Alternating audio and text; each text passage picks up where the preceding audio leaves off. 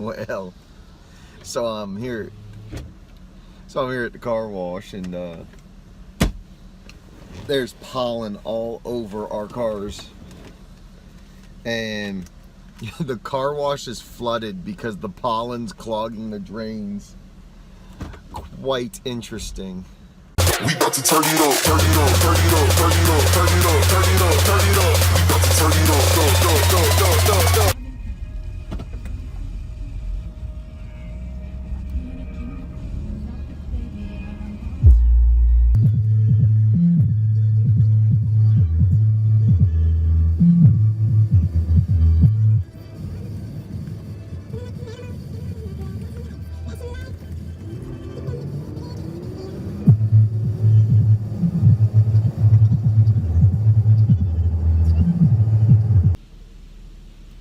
What I want to talk to you guys about today was networking.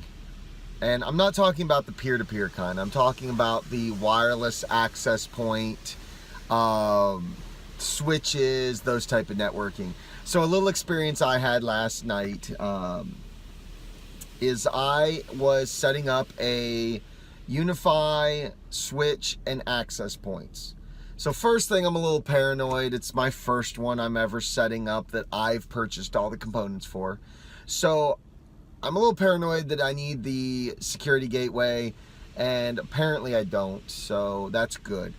But I didn't go into all the tech specs. Ubiquiti would be telling me correctly when I was using their configurator, trying to get access points out of it, and it paired the wrong access point with a switch, or actually in this case the wrong switch with access points.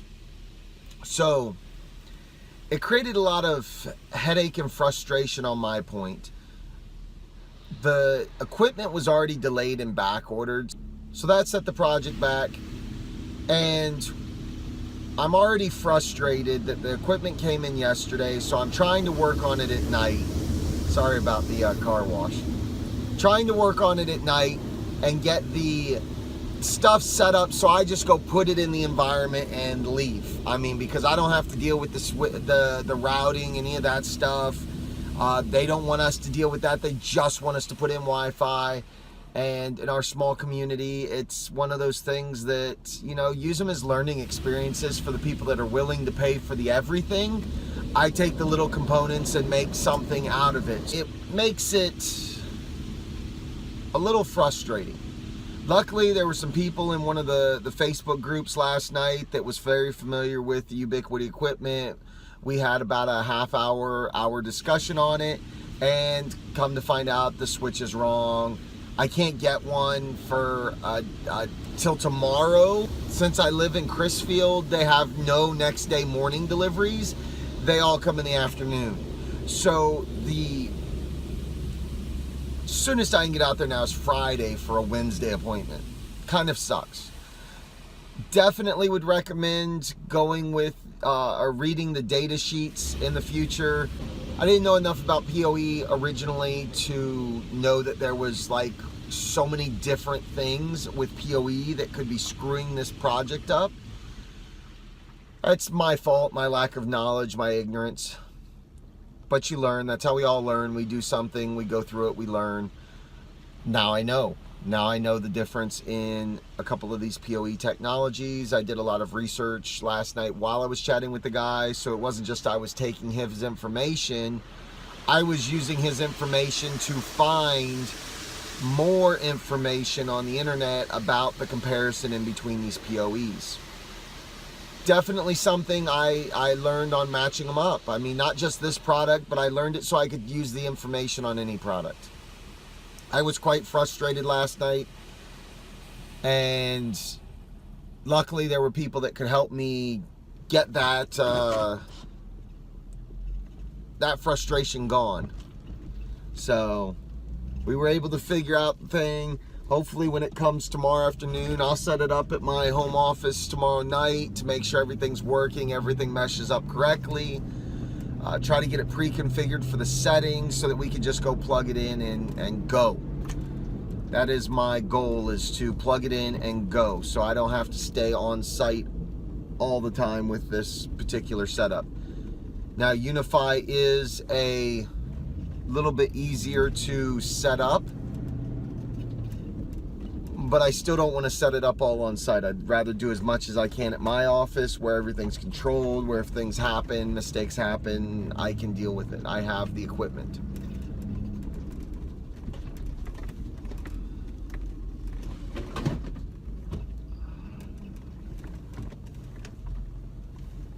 All right, I'm back at my office for a minute. I will be right back.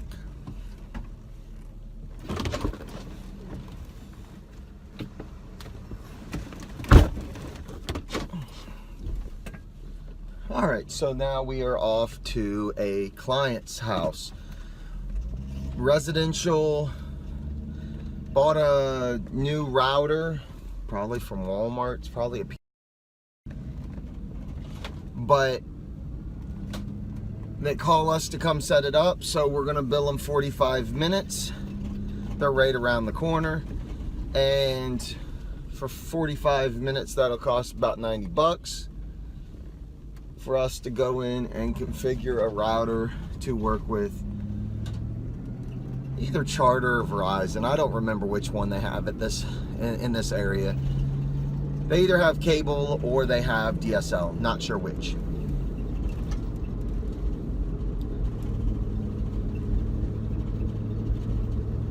I'm still trying to figure out, we have a retail store in a small community, and I still have no clue how to get people to actually shop with our retail store over going to a big box store and buying some junk.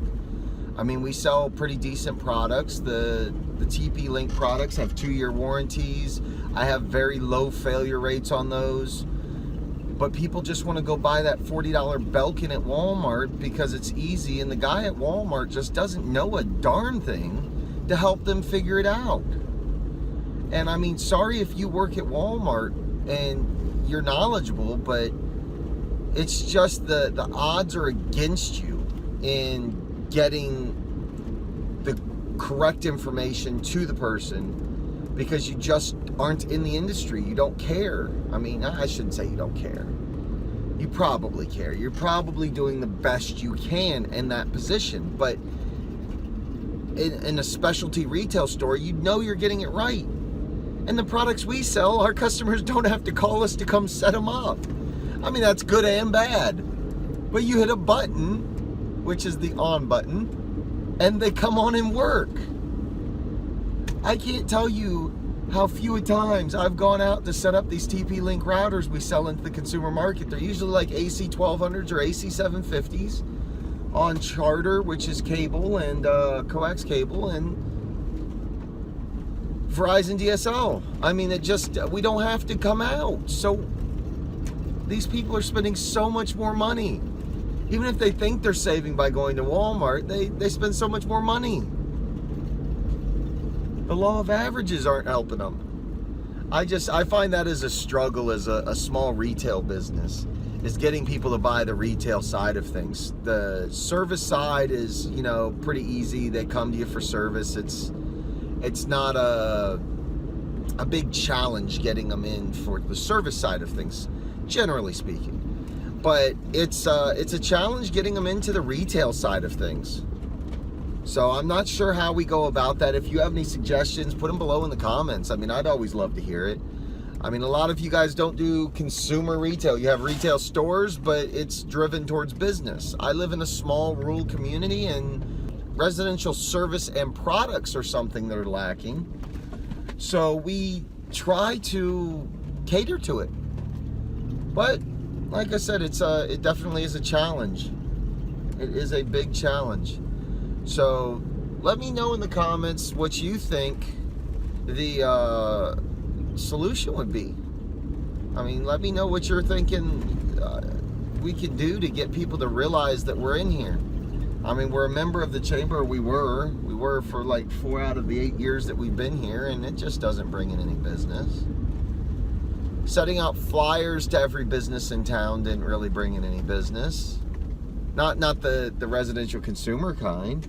And I really didn't get any business from that style of marketing. It was nice. We got to meet some of the businesses, and in passing out those consumer retail flyers, We did pick up some service out of it, but overall it wasn't a big winner on the retail front.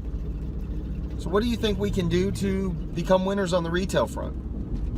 I mean, we sell a lot of retail, but how can we get better? That's always a goal, is how can we get better? All right, I'm gonna run into this appointment and we'll see if I can get back to you guys later today.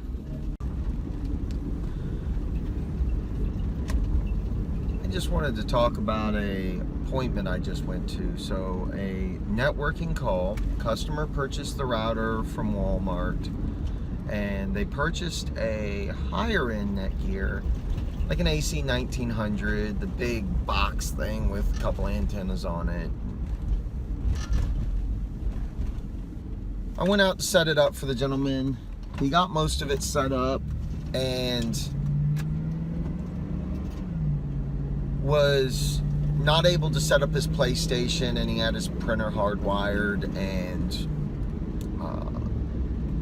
an Ethernet cable going to his computer and the wireless hooked up, and there was just some issues. So I went out there a little bit down on my luck for him not buying the equipment from us. Well, the service call was pretty simple, surprisingly. Still billed a minimum of 45 minutes because it wasn't purchased from us. And so it was a quick $90. I was in and out in about 20 minutes, but the customer had most of it set up. His computers were connected wirelessly. He changed the admin password on the box. Like Fluffy French Toast is the password or something. I don't know, these weird passwords these companies are coming up with nowadays to put on the wireless box. But it was really simple. I was surprised. I didn't realize that it was going to be such an easy call.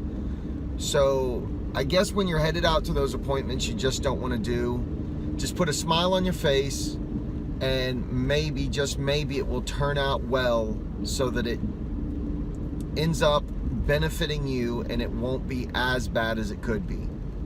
I'd almost say that the ones that you think aren't going to go bad, and the ones that you think are going to be super easy will turn out not so super easy. We'll see you later.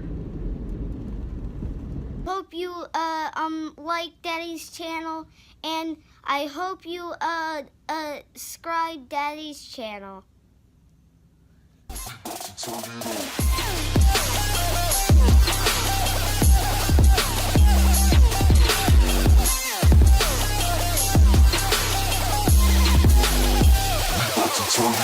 on.